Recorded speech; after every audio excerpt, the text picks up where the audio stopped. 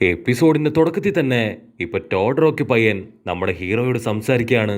Hero പറയും, എനിക്ക് നല്ല ക്ഷീണമുണ്ട്, എന്തെങ്കിലും ഫുഡ് കഴിച്ചിട്ടില്ലെങ്കിൽ തീർച്ചയായിട്ടും ഞാൻ തളർന്നു വീഴും. നിനക്ക് എന്താ ചോദിക്കാനുള്ളതെന്ന് വെച്ചാ ഒന്ന് വേഗം ചോദിക്കോ. അതിന് ടോഡറോക്കി പറയും, ഞാൻ ഇതുവരെ എന്റെ ലെഫ്റ്റ് സൈഡിലെ പവർ അതൊരിക്കലും ഉപയോഗിക്കാൻ പാടില്ല എന്ന് കരുതിയതാണ്. പക്ഷെ ഈ ഒരു അവസ്ഥയിൽ എനിക്കത് ഉപയോഗിക്കേണ്ടതായി വന്നു. പക്ഷെ എന്റെ ആ ഒരു പവറിനെ നിന്നെ കൊണ്ട് മാത്രമാണ് റെസിസ്റ്റ് ചെയ്യാൻ കഴിഞ്ഞത്. എന്റെ പവറിനെ റെസിസ്റ്റ് ചെയ്യാൻ ഒരേ ഒരാൾക്ക് മാത്രമേ കഴിയൂ, അത് നമ്മുടെ ചിരിക്കുട്ടനാണ്. ഏറെക്കുറെ നിങ്ങളുടെ രണ്ടുപേരുടെയും പവർ ഇപ്പൊ സെയിം ആണ്. അതുകൊണ്ട് ഞാനൊരു കാര്യം ചോദിക്കട്ടെ. അത് കേട്ട് ഇപ്പൊ ഹീറോ ഷോക്കാവും. ഹീറോ ടെൻഷനായിട്ട്, അതുകൊണ്ട് അതുകൊണ്ട് എന്താ നീ ഉദ്ദേശിക്കണേ? ടോഡറോക്കി ചോദിക്കും, സത്യം പറ, നീ ചിരിക്കുട്ടന്റെ മകനല്ലേ? അത് കേട്ട് നമ്മുടെ ആൾ ചിരിക്കും. അവൻ പറയും, ഇല്ല ഇല്ല, ഞാൻ ആളുടെ മകനൊന്നും അല്ല. എന്റെ പവറും ആളുടെ പവറും ഒരുപോലെയാണോ? എനിക്കങ്ങനെ തോന്നിയിട്ടില്ല എന്ന് പറയുമ്പോ അതിന് ടോഡറോക്കി പറയും, എന്റെ പപ്പയാണ് ഈ ലോകത്തിലെ സെക്കൻഡ് സൂപ്പർ ഹീറോ. ആക്ച്വലി ഇവന്റെ പപ്പയാണ് താടിയിലും മീശയിലും ഫുൾ ടൈം തീ കൊണ്ടുവരുന്ന ആ ഒരു ബ്രഹ്മാണ്ഡ സൂപ്പർ ഹീറോ. ടോഡറോക്കി പറയും, ചിരിക്കുട്ടനാണ് ലോകത്തിലെ നമ്പർ 1 സൂപ്പർ ഹീറോ. എനിക്ക് അവനെ ഡിഫീറ്റ് ചെയ്ത് നമ്പർ 1 പദവി അതെനിക്ക് കിട്ടണം. മാത്രമല്ല അവൻ സപ്പോർട്ട് ചെയ്യുന്നവരെയും എനിക്ക് തകർക്കണമെന്നാണ് എന്റെ ഏറ്റവും വലിയ ആഗ്രഹം. കട്ട് ചെയ്താ ഇപ്പൊ ചിരിക്കുട്ടൻ ടോഡറോക്കിയുടെ പപ്പയോട് ചോദിക്കും, നീ ഫ്രീ ആണെങ്കിൽ നമുക്ക് രണ്ടുപേർക്കും പോയി ഓരോ ടീ കുടിക്കാം. അതിനാൾക്ക് കലിപ്പ് കയറി, എനിക്ക് വേണ്ട നിന്റെ ചായ, എനിക്ക് രണ്ടിന് പോണെന്ന് പറഞ്ഞ് ഇപ്പൊ തീയും കത്തിച്ച് മുൻപോട്ട് പോവും. പക്ഷെ ചിരിക്കുട്ടൻ വിടാതെ പിടിച്ച് അവനോട് പറയും, നിന്റെ മോൻ അവൻ ആള് പുലിയാണ്, ഈ ടെക്നിക്സ് ഒക്കെ അവന് നീ പഠിപ്പിച്ചു കൊടുത്തതാണോ? അത് കേൾക്കുമ്പോ ആൾക്ക് കാലി കയറും. അവൻ പറയും, എനിക്കുറപ്പുണ്ട് എന്റെ മകൻ അവൻ ഇന്നല്ലെങ്കിൽ നാളെ നിന്നെ തകർത്ത് നിന്റെ പൊസിഷൻ 1-ാം സ്ഥാനത്ത് അവൻ എത്തും. കട്ട് ചെയ്ത ടോഡറോക്കി അവന്റെ പപ്പ പറഞ്ഞ അതേ കാര്യം തന്നെ ഇപ്പൊ ഹീറോയോട് പറയും. വേൾഡിലെ സൂപ്പർ ഹീറോ ലിസ്റ്റിലെ ഫസ്റ്റ് പൊസിഷൻ അതെനിക്ക് വേണം. മാത്രമല്ല എന്റെ അതേ സെയിം പവറുള്ള ഒരു പെൺകുട്ടിയെ കൂടെ എനിക്ക് കണ്ടുപിടിക്കണം. എങ്കിൽ മാത്രമേ എന്നെപ്പോലെ എന്റെ ഭാവി തലമുറയും വളരെ സ്ട്രോങ് ആയിട്ട് നമ്പർ 1 സ്ഥാനത്ത് നിലനിൽക്കുകയുള്ളൂ. എന്റെ അച്ഛനും അച്ഛനെ പോലെ വളരെ സ്ട്രോങ് ആയിട്ടുള്ള ഒരു ലേഡിയാണ് കല്യാണം കഴിച്ചത്. അവര് രണ്ടുപേരും ചേർന്നാണ് വളരെ സ്ട്രോങ് ആയിട്ടുള്ള എനിക്ക് ജന്മം തന്നത്. എങ്ങനെയെങ്കിലും എന്നെ ഉപയോഗിച്ച് ചിരിക്കുട്ടനെ തോൽപ്പിക്കണം.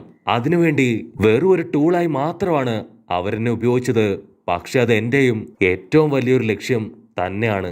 അതുകൊണ്ടാണ് എനിക്ക് എന്റെ പപ്പ ഇഷ്ടമല്ലാത്തത്. ഹീറോയ്ക്കാണെങ്കിൽ ഇപ്പൊ അവന്റെ സ്റ്റോറി കേട്ട് എന്താ പറയണ്ടേന്ന് അറിയില്ല. അപ്പൊ അതേ സമയത്ത് ലോങ് ഷോട്ടില് നമ്മുടെ ചപ്രത്തലേനാവട്ടെ ഇതെല്ലാം കേട്ട് അങ്ങനെ നിൽക്കുകയാണ്. ടോഡറോക്കി പറയും, ലെഫ്റ്റ് സൈഡിലെ ഫയർ പവർ അതെന്റെ പപ്പയുടേതാണ്. അത് ഉപയോഗിക്കാതെ തന്നെ എന്റെ റൈറ്റ് സൈഡിലെ പവർ ഉപയോഗിച്ചുകൊണ്ട് ഈ ബാറ്റില് ഞാൻ ജയിക്കും. അത് പറയാനാണ് നിന്നെ ഞാൻ വിളിപ്പിച്ചതെന്ന് പറഞ്ഞ് അവനിപ്പോ സ്ലോ മോഷനില് മുൻപോട്ട് നടക്കും. ഹീറോയ്ക്കാണെങ്കിൽ ഒന്നും മനസ്സിലാവില്ല. ഇവൻ എന്തായി പറയണേ? ഇവനെക്കാളും കൂടുതൽ ഒരുപാട് കഷ്ടപ്പെട്ട് വിഷമിച്ച് ബുദ്ധിമുട്ടി എണ്ണിയാൽ ഒടുങ്ങാത്ത അത്ര ആൾക്കാരെ അതിജീവിച്ചാണ് ഞാൻ ഇവിടെ എത്തിയത്. എന്റെ ലക്ഷ്യം അതെന്റേത് മാത്രമല്ല, ചിരിക്കുട്ടൻ്റെത് കൂടെയാണ്. എന്റെ മുൻപിൽ വേറെ വഴിയില്ല. എനിക്കും എന്റെ കടമ അത് പൂർത്തീകരിക്കണം എന്ന് പറഞ്ഞ് അവന്റെ തൊട്ടു പിന്നാലെ തന്നെ ഇപ്പൊ ഹീറോയും പതിയെ നടന്നു നീങ്ങും.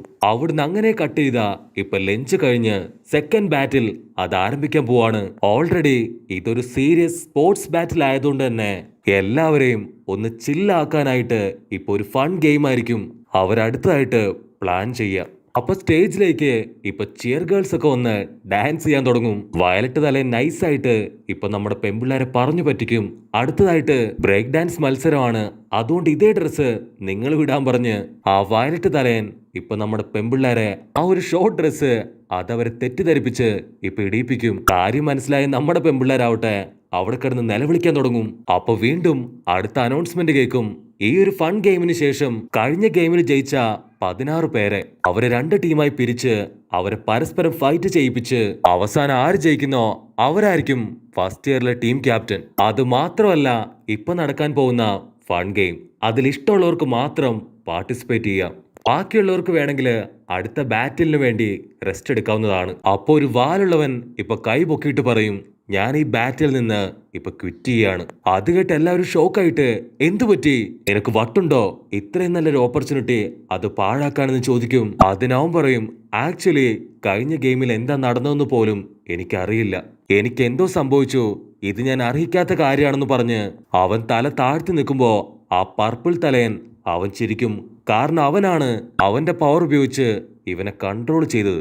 അവൻ ഒരുപാട് വിഷമത്തിൽ പറയും, ഇതെന്റെ എഫേർട്ടിൽ കിട്ടിയ വിജയമല്ല, അതുകൊണ്ട് ഈ ഒരു ഫൈനൽ മാച്ചിൽ പാർട്ടിസിപ്പേറ്റ് ചെയ്യാൻ എനിക്ക് താല്പര്യമില്ല. ബാക്കിയുള്ള സ്റ്റുഡൻസ് അവനെ ആശ്വസിപ്പിക്കാൻ ശ്രമിക്കുമെങ്കിലും അവനതൊന്നും തന്നെ കേൾക്കാനായിട്ട് തയ്യാറാവില്ല. അപ്പൊ വേറൊരു വെള്ളത്തലയൻ അവനും പറയും, എന്നെ ആരോ കൺട്രോൾ ചെയ്തു. ഈ ഒരു ഫൈനൽ ബാറ്റില് എന്റെ സ്വയം പ്രയത്നം കൊണ്ടല്ല ഞാൻ എത്തിച്ചേർന്നത്. അതുകൊണ്ട് ഞാനും മറ്റുള്ളവരെ പോലെ ഫൈനൽസിൽ മത്സരിക്കാനായിട്ട് ആഗ്രഹിക്കുന്നില്ല. അങ്ങനെ മത്സരിക്കുകയാണെങ്കിൽ ഞാൻ എന്നോട് തന്നെ ചെയ്യുന്ന ഒരു വഞ്ചനയായിരിക്കും. എനിക്ക് എന്റെ കഴിവിൽ വിശ്വാസമുണ്ട്. എന്റെ കഴിവ് ഉപയോഗിച്ച് കിട്ടാത്ത ഒന്നിനും എനിക്ക് ആവശ്യമില്ല. അങ്ങനെ അവർ രണ്ടുപേരും ഇപ്പൊ പുറത്തേക്ക് പോവും. ആക്ച്വലി ആ പ്രിൻസസിനും അവൾക്ക് എന്താ സംഭവിച്ചെന്ന് ഓർമ്മയില്ല. കാരണം അവളെയും അവൻ കൺട്രോൾ ചെയ്തിരുന്നു. പക്ഷെ അവൾക്കൊരു കൂസലുമില്ലാതെ അവള് പറയും, എനിക്ക് കുഴപ്പമൊന്നുമില്ല, ഞാൻ എന്തായാലും മത്സരിക്കും. അപ്പൊ ഓൾറെഡി ഇപ്പൊ രണ്ടുപേര് പുറത്തു പോയതുകൊണ്ട് തന്നെ അടുത്ത രണ്ടുപേർക്ക് അതിനു പകരം ഈ ഒരു മത്സരത്തില് പങ്കെടുക്കാൻ കഴിയും. വീണ്ടും പോയിന്റുകളുടെ അടിസ്ഥാനത്തില് ആ ഒരു സിൽവർ തലേനെയും ഒരു പച്ച മുടിച്ചയെയും ഇപ്പൊ ഫൈനൽ ബാറ്റിലേക്ക് വിളിക്കും. അത് കേട്ട് അവർ രണ്ടുപേരും സന്തോഷത്തിൽ തുള്ളിച്ചാടും. അപ്പൊ വീണ്ടും സ്ക്രീനില് ആരൊക്കെ തമ്മിലാണ് ഫൈറ്റ് ചെയ്യേണ്ടത് എന്ന് കാണിക്കാൻ തുടങ്ങും. ഇത്തവണ ഹീറോയായിട്ട് ഫൈറ്റ് ചെയ്യുന്നത് ആ ഒരു പർപ്പിൾ തലേനാണ്. അവനാണ് എല്ലാവരുടെയും മൈൻഡ് കൺട്രോൾ ചെയ്യാനുള്ള പ്രത്യേക പവർ ഉള്ളവൻ. സെക്കൻഡ് ബാറ്റില് അത് ടോഡറോക്കിയുടേതാണ്. ആ രണ്ട് ബാറ്റിലും ആര് ജയിക്കുന്നോ അവർ തമ്മില് വീണ്ടും ഫൈറ്റ് ഉണ്ടാവും. കട്ട് ചെയ്ത അവരെല്ലാവരും ഇപ്പൊ ആ ഒരു ഫൺ ഗെയിം അത് കളിച്ചോണ്ടിരിക്കുകയാണ്. വാലികാരൻ സ്റ്റുഡന്റ് അവനിപ്പോ ഹീറോയോട് ആ പർപ്പിൾ തലേനെ കുറിച്ച് എന്തൊക്കെയോ ചില കാര്യങ്ങള് കാര്യമായിട്ട് പറഞ്ഞു കൊടുക്കാൻ തുടങ്ങും. അത് കേട്ട് ടെൻഷനായിട്ട് ഇപ്പൊ ഹീറോയുടെ ഹാർട്ട് ബീറ്റ് അത് കൂടി വരും. അവിടുന്ന് അങ്ങനെ കട്ട് ചെയ്താ ഇപ്പൊ ഫൺ ഗെയിം അവസാനിച്ച് ദ റിയൽ ഫൈനൽ ബാറ്റില് അത് ആരംഭിക്കുകയാണ്. ജനങ്ങളെല്ലാവരും വലിയ ശബ്ദത്തില് ആരവം മുഴക്കിക്കൊണ്ടേയിരിക്കും. അപ്പൊ ചിരിക്കുട്ടൻ ഇപ്പൊ ഹീറോയുടെ അടുത്തേക്ക് വരും. അവൻ ചോദിക്കും, നീ റെഡിയല്ലേ? തീർച്ചയായിട്ടും ഈ ബാറ്റില് നീ തന്നെ ജയിക്കണം. എന്റെ പവർ അതിപ്പോ നിന്നെ കൊണ്ട് കൺട്രോൾ ചെയ്യാൻ പറ്റുന്നുണ്ടോ? ലാസ്റ്റ് ടൈം നീ കറക്റ്റ് ആയിട്ട് കൺട്രോൾ ചെയ്താണ് പഞ്ച് ചെയ്തത്. അതുകൊണ്ട് കാര്യമായ കുഴപ്പമൊന്നും നിനക്ക് സംഭവിച്ചില്ല. അതുപോലെ തന്നെ ഇത്തവണയും ചെയ്യുകയാണെങ്കിൽ ഉറപ്പായിട്ടും നിനക്ക് ഈ ബാറ്റിൽ ജയിക്കാൻ കഴിയും. ചിരിക്കുട്ടനാവട്ടെ അവന്റെ തലക്കിട്ട് ഒരു കൊട്ട് കൊടുക്കും. ഇത്രയും നാള് നിനക്കുണ്ടായിരുന്ന കോൺഫിഡൻസ് അതിപ്പോ എവിടെ പോയി? നിനക്കൊരു കാര്യം അറിയോ? എന്റെ പവറിന്റെ വെറും 5% മാത്രമാണ് നിന്റെ കയ്യില് ഇപ്പോ ഉള്ളത്. എന്തൊക്കെ സംഭവിച്ചാലും എന്റെ ഒരുപാട് പവർ ഇനിയും നിന്നിൽ ബാക്കിയുണ്ട്.